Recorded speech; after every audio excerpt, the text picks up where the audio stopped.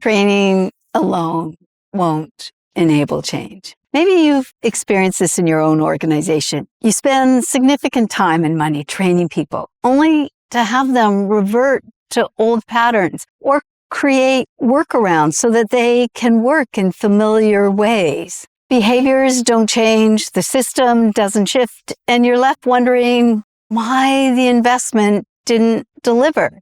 And when that happens, it's easy to conclude that the training failed, or maybe that people are resistant to change. But often, neither is true. In this video, I want to share with you why training alone does not lead to sustainable behavior change and what you can do to create the conditions for adoption. Training isn't the problem. If you're leading any kind of change, one of the first questions that you probably asked is, what training will people need? And that's a logical question. People may need to learn a new technology, adopt a new process, use a different system, or engage customers and colleagues in a new way. So, yes, training matters and it's important. The problem is not the training itself. The problem is expecting training to do more than what it was designed to do. Most training is designed to introduce and teach new skills. For example, how to use that new CRM system, how to follow a new workflow, or how to have a different kind of customer conversation.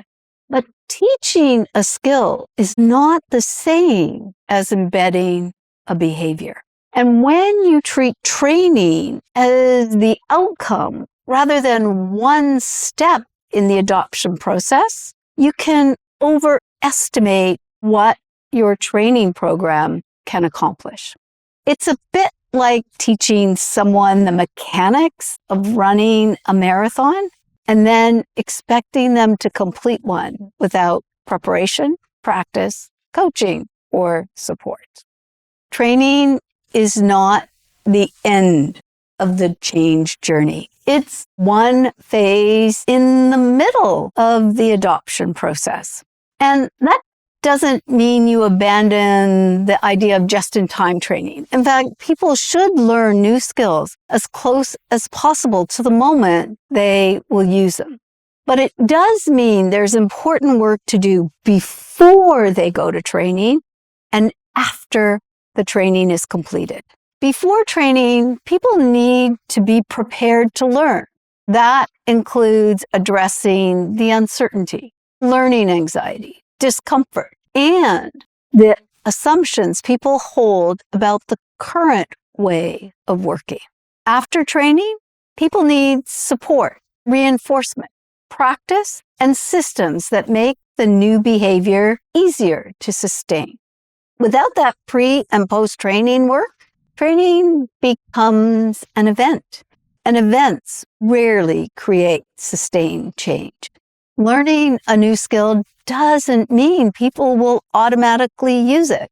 Most of us have experienced this. We attend some training. We understand the content. We learn the skills. Then we return to the pressures, priorities, habits, and systems of the workplace. And before we know it, old behaviors have taken over. Training doesn't fail because people can't or don't want to learn. It fails when the conditions for adoption have not been created. Those conditions are missing when people aren't ready to learn. The uncertainty and the discomfort of the change hasn't been adequately addressed. The unlearning required to make space for new behaviors has been overlooked. The environment doesn't reinforce or support the new way of working. And there's one misconception about learning that must be addressed when you're thinking about developing your training program. And that is, learning is a choice. Early in my career, I had a moment that changed how I think about learning. I was designing a program as part of my master's work, and I wrote the learning objectives the way many of us do. You will learn too, or the participants will learn too. When I got the assignment back, my professor had written, "How do you know what they'll learn? You can't know what they will learn. All you know is what you will teach them." That has really stayed with me because it highlights something that leaders can't afford to miss. And that is that learning is not something we can do for or to people. Learning is something that people must choose to engage in. And that distinction matters because when people feel change is being forced on them, they can experience it as a threat. When that happens, learning becomes harder, not easier. And real change happens when people choose to engage. So training can introduce new ideas, new skills, and new expectations, but it can't guarantee adoption. You can mandate training, but learning can't be mandated.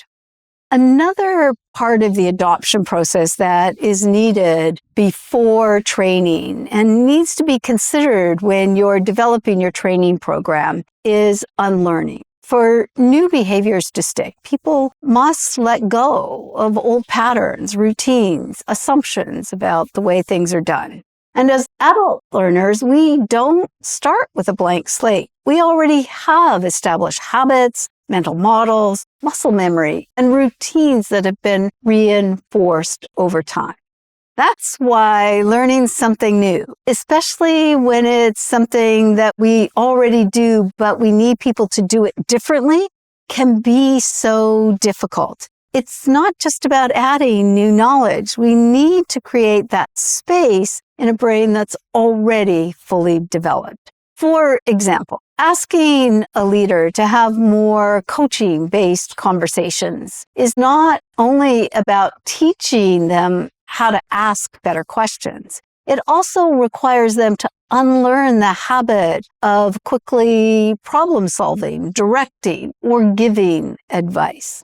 So if you want your training to stick, you first need to understand what may be needed to enable that unlearning process.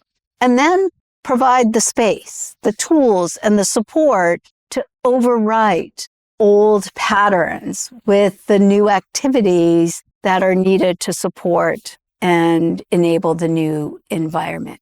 Without this step, training simply layers information on top of old patterns. Another reason that training doesn't enable behavior change is that the organizational environment may not support the new behaviors, and as a result, people will naturally revert to what is familiar. Training won't help if it remains easier, safer, or more rewarding to engage in the old activity or behaviors. That's not a motivation problem. It's a design problem. You need to actively align the systems, your policies, procedures, metrics, expectations to support and shape those desired new behaviors every day. If the new behavior is expected, but the old behavior is still rewarded, the old behavior will win. If people are trained in a new process, but their workload, tools, or manager expectations make the new process harder to use, they will work around it. If people are asked to change, but leaders do not model or reinforce the change, adoption will stall. Sustainable change requires reinforcement after the training. If training is needed for change, but not sufficient for adoption, then what do you need to know to design your training program? In an upcoming video, I'll share with you 7 elements that will help you design a training program to support adoption. Sustainable change doesn't happen because people complete a course. It happens when your organization makes the new way of working easier, clearer, and more available and reinforced than the old way of working. That's it for now. I'll look forward to seeing you in the next video.